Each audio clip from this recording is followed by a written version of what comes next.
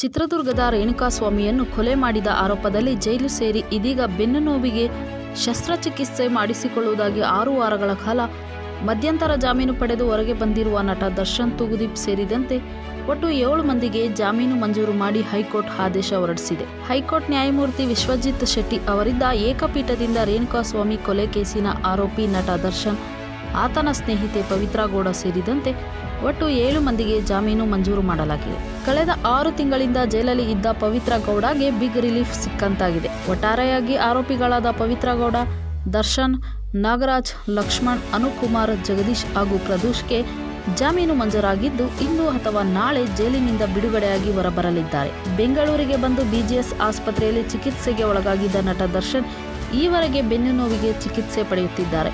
ಆದರೆ ಇದುವರೆಗೂ ಶಸ್ತ್ರಚಿಕಿತ್ಸೆಗೆ ಒಳಗಾಗಿಲ್ಲ. ಥೆರಪಿ ಮೂಲಕ ಚಿಕಿತ್ಸೆ ಪಡೆಯುತ್ತಿದ್ದಾರೆ. ಇದೀಗ ಜಾಮೀನು ಮಂಜೂರು ಮಾಡಲಾಗಿದ್ದು ನಿಧಾನವಾಗಿ ಚಿಕಿತ್ಸೆ ಪಡೆದುಕೊಳ್ಳಬಹುದು.